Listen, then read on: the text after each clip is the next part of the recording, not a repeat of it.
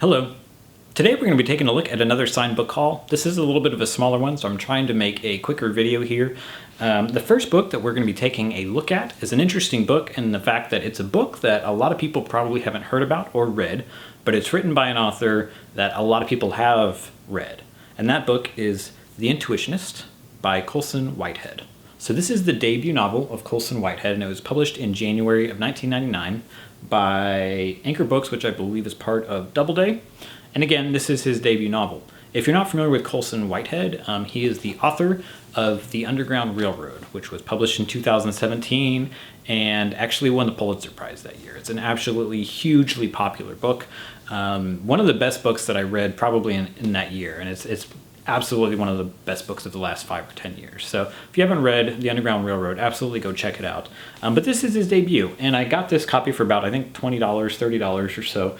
And I'd never even heard about it, in full transparency. And it's sort of this weird book set in a strange kind of futuristic world that also blends sort of 19th century elements as well. And it's sort of all revolving around elevators and these sort of political classes that are involved in maintaining elevators.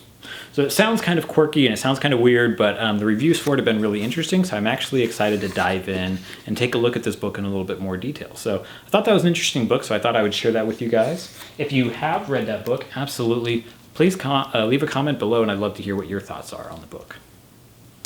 Next we have Warlight by Michael Ondaatje.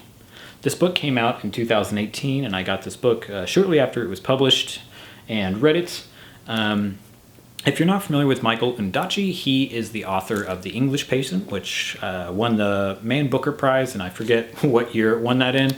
And Warlight is a historical fiction novel, and I think it was also longlisted for the Booker Prize as well. It didn't go on to win or get shortlisted, but it was on the long list for the Booker Prize. I'll throw this out there about the book. I read the book about a year or so ago, and I enjoyed it as I was reading it, but now that time has passed and I think back about the book, there's not a lot of strong elements that I really remember, like really just sticking in my brain. So kind of take that in the back of your mind when you think about reading the book. But what drew me to it is the interesting setting for the book. And I'm not going to get too far into the weeds on it, but it takes place in 1945 London, sort of after the war has ended and London is recovering from the Blitzkrieg. And it's just an interesting setting because there are lots of World War II books, but there's not a lot of books about what happens to life immediately after the biggest war in world history. So that immediately sort of drew me in, and it's following around a brother and sister whose parents have seemingly abandoned them and left them with the shadowy figure called the Moth and some of his other companions that seem a bit criminal. But there's this mystery sort of surrounding, were they involved in the war? Were they involved with the government? Were their parents involved with the war? And it's kind of about following these siblings as they grow up and dig into their lives and try to figure out sort of this mystery of who their family really was and how they were involved in the war. So an interesting book, and I did enjoy it. But again, like I said, looking back, I don't remember a lot about it. So take that review, I guess, with a grain of salt. This next book, however, I do remember a lot about. This book was also published in 2018, and I read it pretty much immediately, and that is Circe by Madelline Miller.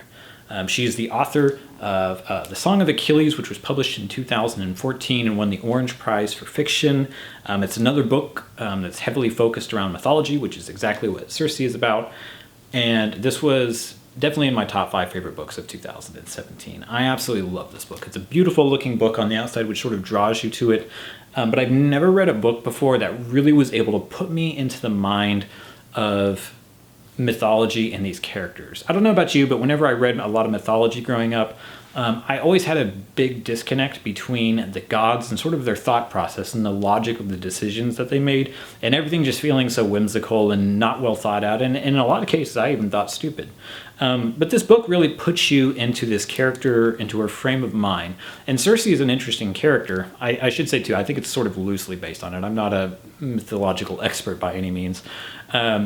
But she is sort of this person that falls in between the mortal and immortal. Her parents are these ultra-powerful gods, and she doesn't have all those powers, although she's very powerful compared to humanity.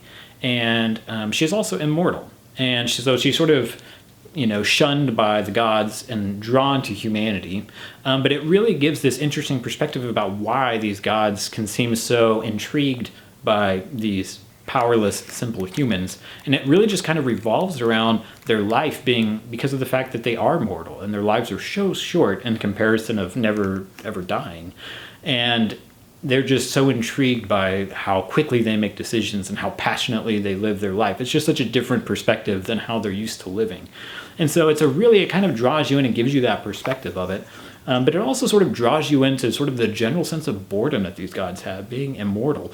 And a lot of the decisions they make really being about sort of entertaining themselves, which if you just take at face value sounds like a dumb reason, but when you really put yourself in their perspective, it makes a lot more sense about some of the decisions that they do in sort of mythology. So I'm raving about this book, but I really, really loved this book. So if you haven't read it, go check it out. I absolutely love this book.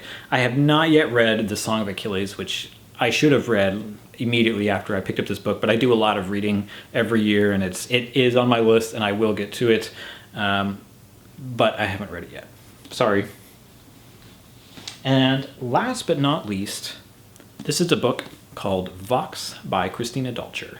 So this is one of the books I want to clarify right off the bat. If you're going to go on Goodreads and take a look at the reviews, you're probably going to find some very polarizing opinions. You're going to find some people that will liken this book to The Handmaid's Tale, and you're going to have other people that will call it political trite garbage meant to sort of create a disconnect between you and conservative politics.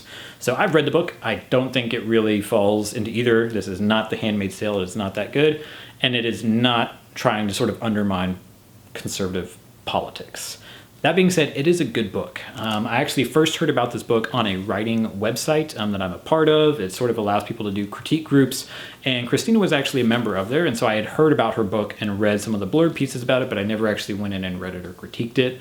But the general concept is that at some point in the near American future, a wave of conservatism sort of sweeps across the US, and there are these revivals, and sort of everybody sweeps and gets drawn into this ultra mega conservative perspective, and it sort of changes the political scene, it changes the religious scene, and the laws start becoming more and more and more conservative, but it takes it to the sort of that far, far extreme level, where eventually the rights of women start degrading away. And when the book takes place, the main perspective character, she was a doctor before all this happened, and now she's just a housewife. She's not allowed to have jobs or anything like that, and she's limited to 100 words a day. They wear these watches that if they pass more than 100 words, it starts zapping them, and it'll eventually kill them if they try to keep talking. So it's just sort of her in this strange world where she used to live in a world that is very much like ours, but now is suddenly in this other world after just a couple simple years, and watching her daughter grow up in this environment. And I'm not going to spoil it, but it does draw you in. Like I said, it's not the most amazing, beautiful book that I've ever read, but it does draw you in. It is very fast-paced. It sucks you in, and you follow along. So I did enjoy it. I don't think that it's quite the political mess that some people call it.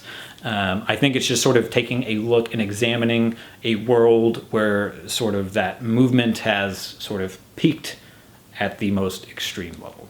So check it out if you haven't read it and you're interested for something different. One thing that I will say about this particular copy of the book too, this is interesting because this is not the US edition of the book. This is the British version of the book.